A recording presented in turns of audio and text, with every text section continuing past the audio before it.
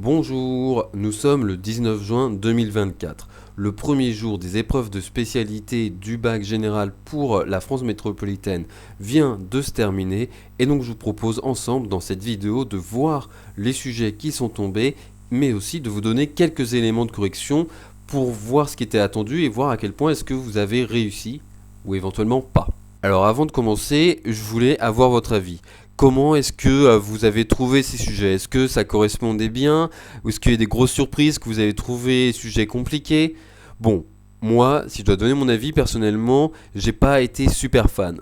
Pas de grosses surprises, hein, surtout par rapport à ce qui était attendu. Dans ma vidéo, mes prédictions sont plus ou moins bien confirmées. On verra ça plus en détail dans le reste de la vidéo. Mais par contre, ouais, il y a des choses où j'ai trouvé que c'était quand même pas top. Après, voilà, j'ai pas forcément le même point de vue que vous, donc je serais curieux d'avoir votre avis. Et maintenant, on va commencer justement à voir en détail ces sujets et à voir quels sont les éléments de correction qu'on peut vous donner. Alors je précise évidemment qu'il ne s'agit pas d'éléments de correction officiels, surtout qu'en plus cette année, je ne corrige pas des copies pour les écrits. Par conséquent, je n'aurai pas les éléments de correction pour vous dire précisément ce qui était attendu. Surtout que ça aurait été bien parce que là, cette année, il y a uniquement des éléments de correction au niveau national. Il n'y a plus cette fois-ci d'éléments de correction donnés au niveau académique. Donc ça veut dire que peu importe que vous soyez en Alsace ou ailleurs en France métropolitaine, ces éléments de correction auraient été valables. Mais en l'occurrence, je ne peux pas vous les donner. Donc il va falloir se contenter de ce que j'ai. Mais ce sera très bien, vous inquiétez pas. On commence ce corriger par le sujet de dissertation et la question qui vous était posée était la suivante. Dans quelle mesure les évolutions de l'emploi affaiblissent-elles le pouvoir intégrateur du travail? Question donc sur le chapitre sur les mutations du travail et de l'emploi, donc chapitre qui était statistiquement probable qui tombe, donc pas de grosse surprise là-dessus. Et on commence par analyser le sujet. Donc évidemment, on regarde les termes clés, emploi, travail. Bon là, ici, définition des termes et notamment la distinction entre emploi et travail n'est pas très importante. C'est toujours bien pour montrer qu'on connaît son cours, mais c'est pas le plus important.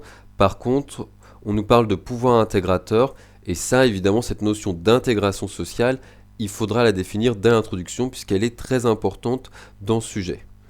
Et pour bien comprendre le sujet, pour moi, en fait, le terme clé, c'est dans quelle mesure. Dans quelle mesure, ça veut dire que vous devez faire un plan débat, un plan dialectique où vous allez présenter une thèse, puis nuancer, présenter une thèse contraire, montrer les limites de cette thèse. Ça vous montre l'importance de bien lire le sujet. Pour être parfaitement honnête, au début, quand j'ai découvert les sujets, j'avais pas fait attention que c'était un dans quelle mesure, j'ai cru que c'était plutôt un pourquoi, comment, en quoi. Et ça, du coup, ça veut dire qu'on doit juste présenter une seule idée sans la nuancer.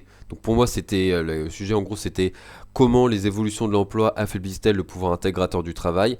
Et ça, je me suis dit, mais ça va être trop court, comment est-ce qu'on fait une dissertation là-dessus? Alors que, avec dans quelle mesure, où on a ce débat entre le travail et l'emploi jouent un rôle dans l'intégration sociale, mais aussi il y a des évolutions de l'emploi qui affaiblissent ce rôle intégrateur, ça fait qu'il y a assez de matière pour faire une dissertation. Si on regarde ensuite rapidement les documents qui étaient proposés, donc le premier document montrait différentes dimensions de la qualité de l'emploi des salariés, à la fois pour l'ensemble des salariés et pour les différentes catégories socio-professionnelles en particulier.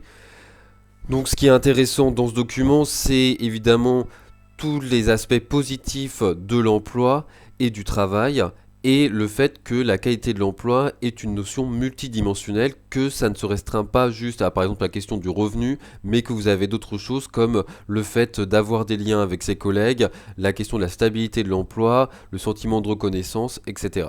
Le deuxième document montrait l'évolution des parts des professions peu qualifiées, moyennement qualifiées et très qualifiées en France entre 1996 et 2017, avec attention à des chiffres en points de pourcentage, puisque c'est l'évolution de parts, donc l'évolution de pourcentage, donc assez logiquement, hein, comme quand on vous le fait faire à vous, on a des résultats en points de pourcentage.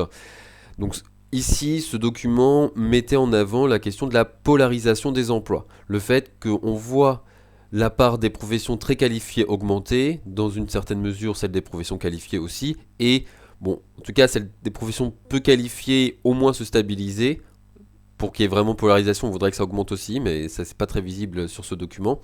Mais par contre, on a bien cité des polarisations quand on voit que la seule catégorie pour laquelle le pourcentage dans les emplois diminue, c'est les professions moyennement qualifiées. Par conséquent, vous avez les professions qualifiées et très qualifiées qui augmentent, les professions peu qualifiées qui restent à peu près stables, et surtout les professions moyennement qualifiées, cette classe intermédiaire qui diminue. Par conséquent, voilà, vous avez de plus en plus de risques d'être soit à l'extrême positif, soit à l'extrême négatif, mais de ne pas avoir de situation intermédiaire. Et donc c'est ça, je vous rappelle, la polarisation des emplois et par conséquent l'augmentation des inégalités. Le troisième document montrait l'évolution du taux de chômage et du taux de chômage de longue durée, c'est-à-dire les personnes qui sont au chômage depuis plus d'un an, depuis 1975. Bon, alors ce qui nous intéresse, c'est surtout en fait le fait que depuis les années 1980-1983, le taux de chômage n'est jamais vraiment redescendu en dessous de 7%. Il y a eu des variations, mais il est toujours resté à ce niveau très élevé.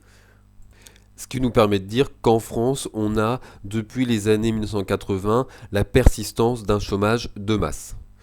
J'attire aussi votre attention sur un point par rapport à ce document, puisqu'on parle de taux de chômage, c'est en pourcentage de la population active. Donc pensez à bien formuler les données que vous présentez, à pas se contenter de dire le taux de chômage est de 8%, mais parmi l'ensemble de la population active, 8% des personnes sont au chômage, c'est-à-dire non pas d'emploi, mais en recherche 1. Enfin, vous avez un dernier document, un texte qui vous présente la situation de certaines personnes en CDD, en intérim. Donc on parle évidemment là des emplois précaires, des formes particulières d'emploi. Et sont évoquées rapidement certaines conséquences négatives de ces emplois. À partir donc de l'analyse du sujet, l'exploitation de ses connaissances et des documents, on peut trouver un plan qui réponde à la question. Moi je vous propose en l'occurrence le plan suivant. On va commencer par une première partie où on va affirmer que le travail et l'emploi participent encore à l'intégration sociale des individus. Donc là on est clairement sur l'aspect positif du travail et de l'emploi. Donc pour les sous-parties, globalement, tout ce qui montre les différentes dimensions du rôle intégrateur du travail et de l'emploi, le fait qu'il y a différents aspects dans le travail et l'emploi qui participent à l'intégration sociale des individus, ça passe. Moi je vous propose les sous-parties suivantes, mais il y a d'autres choses qui pourraient être acceptées. En l'occurrence, faire une première sous-partie où on dit que l'emploi assure une fonction de protection matérielle sur laquelle peuvent compter les individus. Donc là, on va utiliser notamment le document 1, la dernière ligne, avec la question du sentiment de sécurité socio-économique, la stabilité de l'emploi. Le fait que, en gros, avoir un emploi vous permet d'avoir un revenu et surtout si cet emploi est stable, vous pouvez donc satisfaire vos besoins, vous insérer dans la société de consommation, car il ne faut quand même pas juste parler des effets positifs et négatifs, il ne faut pas oublier à chaque fois de relier ça à la notion d'intégration sociale. Et que vous pouvez donc vous projeter dans l'avenir et développer plus de liens sur cette base solide. Et une deuxième sous-partie où on dit que le travail assure une fonction de reconnaissance symbolique qui permet aux individus d'avoir le sentiment de compter pour quelque chose. Donc à nouveau on utilise le document 1 qui est très bien pour toute cette première partie, mais là on va se concentrer sur les aspects qui ne sont pas vraiment matériels. Donc le fait que vous allez développer des liens sociaux avec vos collègues, mais aussi le fait que votre travail et votre emploi vont participer à la construction de votre identité, vont vous donner le sentiment de jouer un rôle actif et de compter dans le fonctionnement de la société, et par conséquent vont jouer sur l'estime de soi et vont participer à votre intégration sociale. Et ensuite, une deuxième partie où on vient nuancer et affirmer que certaines évolutions de l'emploi fragilisent ce rôle intégrateur. Donc là, c'est facile. Pour les sous-parties, on reprend les évolutions de l'emploi qui sont mentionnées dans le programme et dans les documents. Donc, faire une sous-partie sur la persistance du chômage de masse avec le document 3. Alors, pour cette sous-partie, la petite difficulté, c'est que le document ne vous présente aucune conséquence du chômage de masse. Donc là, il faut évidemment, de votre côté, pas se contenter de décrire la persistance du chômage de masse et le document 3, mais ajouter des éléments en disant pourquoi est-ce que lorsqu'on est au chômage, on est beaucoup moins intégré socialement. Donc le fait qu'on a un revenu plus faible, le fait que ça justement joue un rôle négatif sur notre estime de soi et que ça fragilise les autres liens sociaux. Donc autant dans la première partie, vous avez reconnu normalement le travail de Serge Pogam sur les fonctions assurées par les liens sociaux, notamment dans l'intégration sociale, autant là, on va plutôt mobiliser Robert Castel et la notion de désaffiliation de la société salariale, le fait que l'emploi joue aujourd'hui un rôle important dans l'intégration sociale des individus et que plus on est éloigné du marché du travail, plus on va avoir du mal à s'intégrer socialement de façon générale et les autres liens sociaux vont aussi être fragilisés. Ensuite, une deuxième sous-partie sur le développement des emplois précaires et des formes particulières d'emploi avec le document 4. Donc à nouveau, n'oubliez pas de montrer les effets négatifs sur l'intégration sociale. Et troisième sous-partie sur la polarisation des emplois et la hausse des inégalités. Avant tout avec le document 2, mais on peut aussi utiliser le document 1 et justement les différences et les inégalités qu'on observe entre les différentes catégories socio-professionnelles pour avoir des arguments dans cette sous-partie. Donc autant sur les deux premières sous-parties, on était plutôt sur un aspect assez individuel, se dire que quand vous n'avez pas d'emploi ou quand vous avez que des emplois précaires, vous avez du mal à vous intégrer personnellement. Autant là, on est plutôt sur l'intégration sociale au sens de cohésion sociale, unité de la société et le fait que les inégalités forment des fractures dans la société qui l'empêchent de fonctionner de façon fluide et de façon optimale. Avant de passer à l'épreuve composée, je vous rappelle juste de ne pas oublier de vous abonner, laisser des likes sur cette vidéo et n'hésitez pas à laisser des commentaires si vous voulez que je vous donne un avis sur ce que vous avez fait. Et on enchaîne avec l'épreuve composée. Et on commence le corrigé de l'épreuve composée par la première partie de mobilisation des connaissances et une question qui vous demandait de montrer que, dans les sociétés démocratiques, l'école vise à favoriser l'égalité des chances. Alors la petite surprise, parce qu'on est sur le chapitre sur l'école qui ne faisait pas partie des chapitres qui avaient le plus de chances statistiques de tomber, mais ça peut arriver, c'est que des chances statistiques, c'est pas quelque chose de garanti à 100%.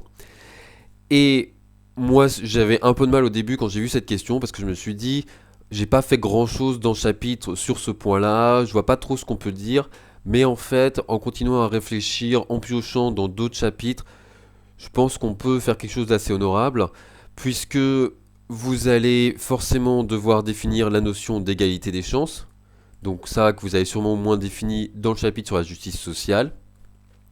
Et vous pouvez aussi mobiliser le chapitre sur la mobilité sociale et le rôle justement du niveau de formation dans la mobilité sociale. Puisque je vous rappelle, la mobilité sociale et plus particulièrement la fluidité sociale, c'est un indicateur de l'égalité des chances. Le fait que l'origine sociale des individus n'a pas d'influence sur leur position sociale et que tout le monde a les mêmes chances de devenir cadre, ouvrier ou autre chose.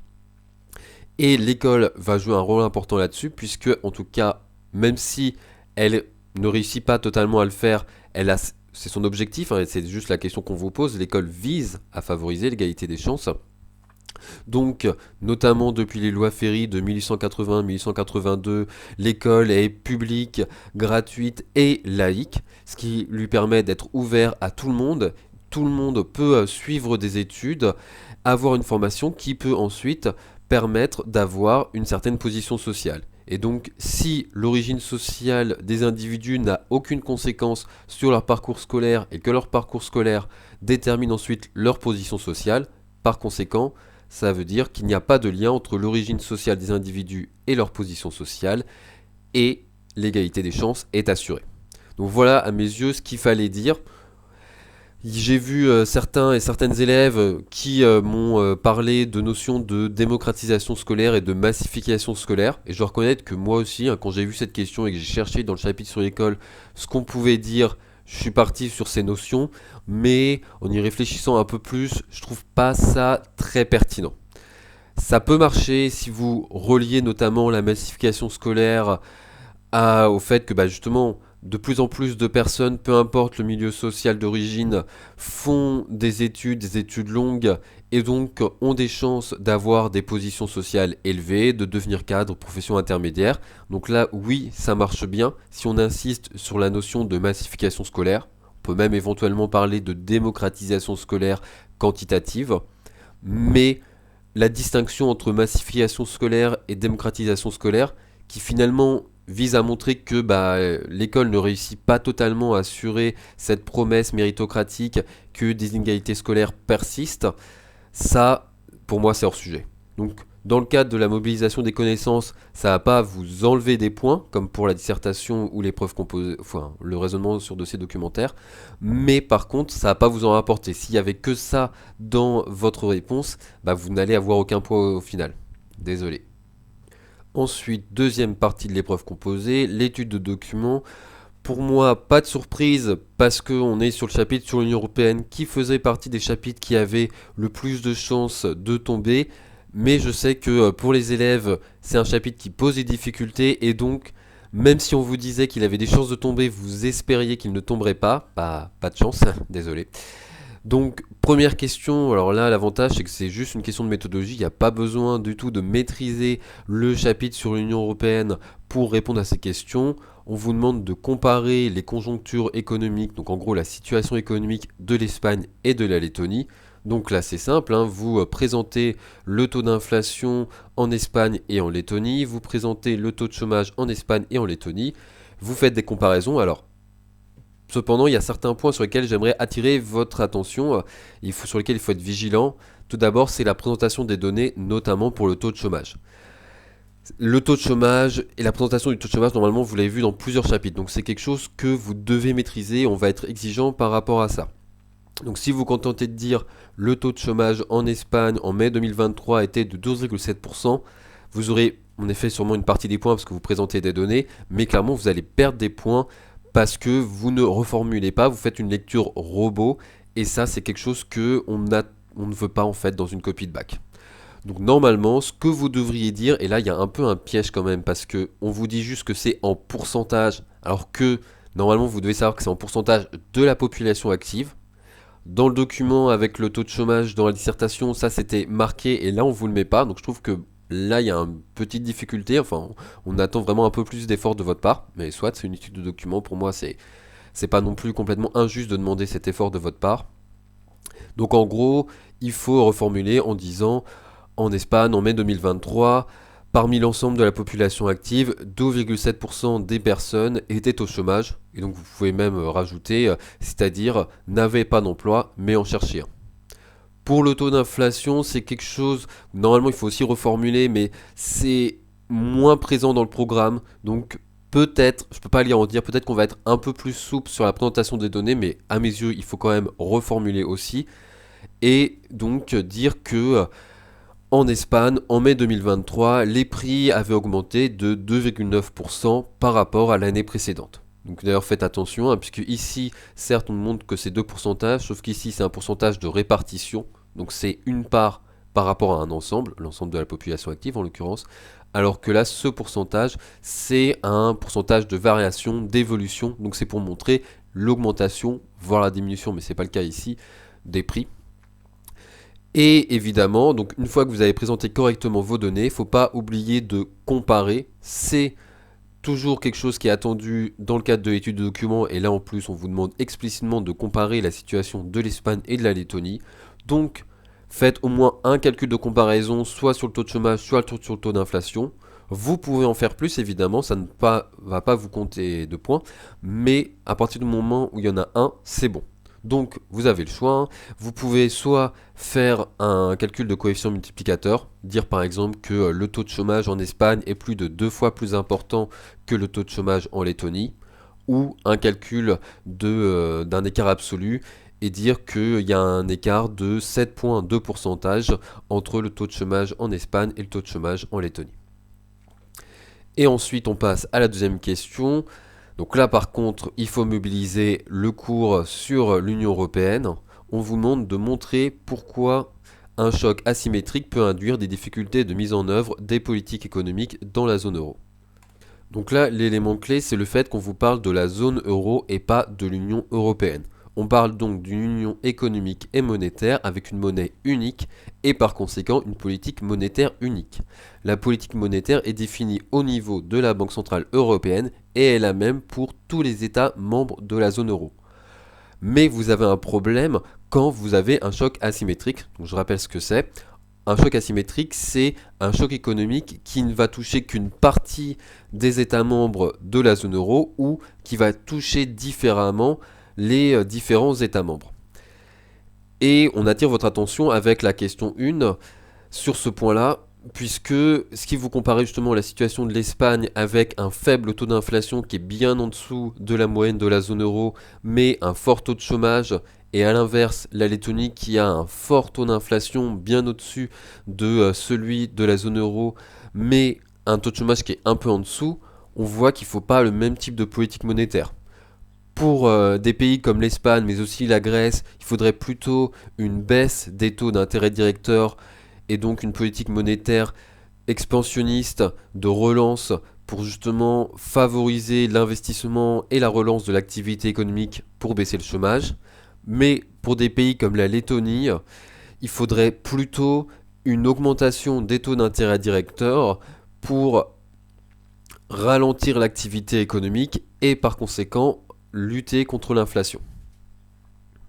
Sauf que, puisque vous avez une seule politique monétaire, vous allez vous fixer sur la situation moyenne dans la zone euro et donc vous n'allez pas avoir des politiques qui correspondent parfaitement à ce qu'attendent chaque État. Et on termine par le raisonnement sur dossier documentaire où on vous demandait de montrer que les pouvoirs publics disposent de plusieurs instruments pour assurer la justice sociale. Donc là, on parle, comme c'est bien marqué dans le sujet, du chapitre sur la justice sociale, qui faisait partie des chapitres qui avaient statistiquement le plus de chances de tomber, donc pas de grosse surprise. La question n'est pas formulée d'une façon particulièrement perverse, il n'y a pas de grosses difficultés. Pour moi, en fait, on va voir la principale difficulté, c'est ne pas trop en dire, il faut bien gérer son temps, bien s'organiser et aussi faire un plan qui soit assez équilibré. Alors, pour rapidement voir les documents qui répondent à cette question, on avait un premier document où vous montrait le montant moyen des prélèvements et des prestations sociales par unité de consommation, où on distinguait notamment la situation du premier décile, donc les 10% les plus pauvres, et la situation du 9e décile, donc les 10% les plus riches. On attire d'ailleurs votre attention sur le fait que là, c'est vraiment le fait qu'avant redistribution, les 10% les plus pauvres avaient un revenu inférieur à 3 520 € par unité de consommation par an en 2020, alors que les 10% les plus riches avaient un niveau de vie avant redistribution supérieur à 80 360 € en 2020. Donc voilà, c'est pas des moyennes, c'est des limites maximum et minimum pour chaque décile. Donc ça, vu qu'en plus il n'y a pas de note de lecture là-dessus, voilà, fallait quand même bien penser à présenter les données. Vous avez aussi le taux de redistribution, donc ça, à nouveau, je pense que ça aurait été bien d'avoir une note de lecture qui vous aide à l'interpréter, mais au pire, si vous ne voyez pas comment le lire, ça vous pouvez le mettre de côté, c'est pas très grave. Globalement, l'idée c'est que la redistribution a permis d'augmenter le revenu des 10% les plus pauvres de 207,4%. Donc en gros, ça a été multiplié par 3, alors que ça a diminué le niveau de vie des 10% les plus riches de 24,8%. Pas de rapport interdécile, je trouve que ça aurait été bien pour montrer la réduction des inégalités, mais bon. En gros, on parle du rôle de la fiscalité et des prestations sociales et de façon plus générale de la protection sociale dans la justice sociale. Vous avez ensuite un texte qui vous présente la loi Copé-Zimmermann.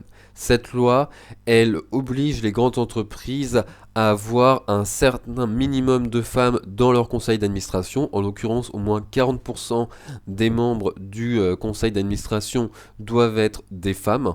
Donc là, on est clairement dans une mesure de lutte contre les discriminations et à mes yeux, plutôt techniquement dans une mesure de discrimination positive, puisqu'on ne se contente pas d'interdire les discriminations, mais on veut activement lutter contre et favoriser la situation d'un groupe défavorisé, donc en l'occurrence les femmes, en obligeant les entreprises à bien les représenter, à assurer une certaine égalité.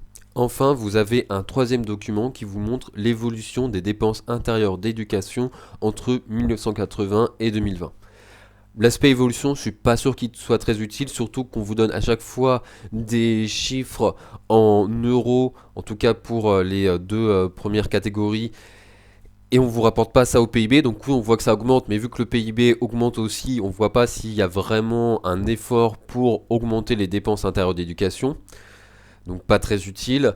Et le petit piège aussi, enfin la difficulté qu'il peut y avoir, c'est que directement, on voit pas d'inégalité. Autant c'était bien marqué dans les premiers documents, là c'est pas le cas, mais ce document, il est là pour vous inviter à parler des services collectifs et le fait que même sans mettre en place des mesures qui visent certains publics défavorisés en particulier, et en l'occurrence pour l'éducation nationale, il y en a, hein, toutes les politiques d'éducation prioritaire seraient utiles à mobiliser quand on parle de l'éducation nationale et de la justice sociale, mais simplement dire, voilà, vous avez un service collectif qui est fourni gratuitement ou quasi gratuitement, auquel du coup tout le monde peut accéder assez facilement, auquel normalement tout le monde doit accéder, hein, d'ailleurs de 3 à 16 ans.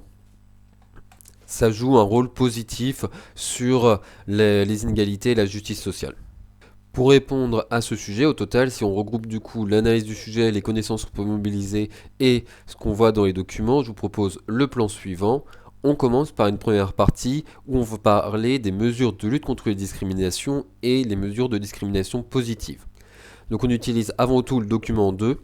Techniquement, dans le programme, on ne parle que des mesures de lutte contre les discriminations, donc c'est uniquement ça qui est attendu. Une discrimination positive, c'est pas mentionné dans le programme, mais en fait, ça se retrouve quand même dans le document 2, et aussi ça permet de dire que la lutte contre les discriminations, ça permet d'assurer l'égalité des droits, et la discrimination positive, ça permet d'assurer l'égalité des chances. Donc ces notions ne sont pas spécialement attendues dans le cadre de ce sujet, mais elles sont appréciées, elles sont pertinentes quand même. Ensuite, une deuxième partie où on parle de la protection sociale, donc notion qui se retrouve au niveau du programme. On utilise avant tout le document 1 avec le rôle des prestations sociales. Et là, on peut dire plein de choses sur la protection sociale. On peut dire qu'elle joue un rôle de redistribution verticale entre les riches et les pauvres, mais aussi de redistribution horizontale entre des personnes indépendamment de leurs revenus, mais qui sont confrontées à différents risques sociaux. Par exemple, entre les actifs et les personnes à la retraite, entre les personnes en bonne santé et les personnes malades, etc.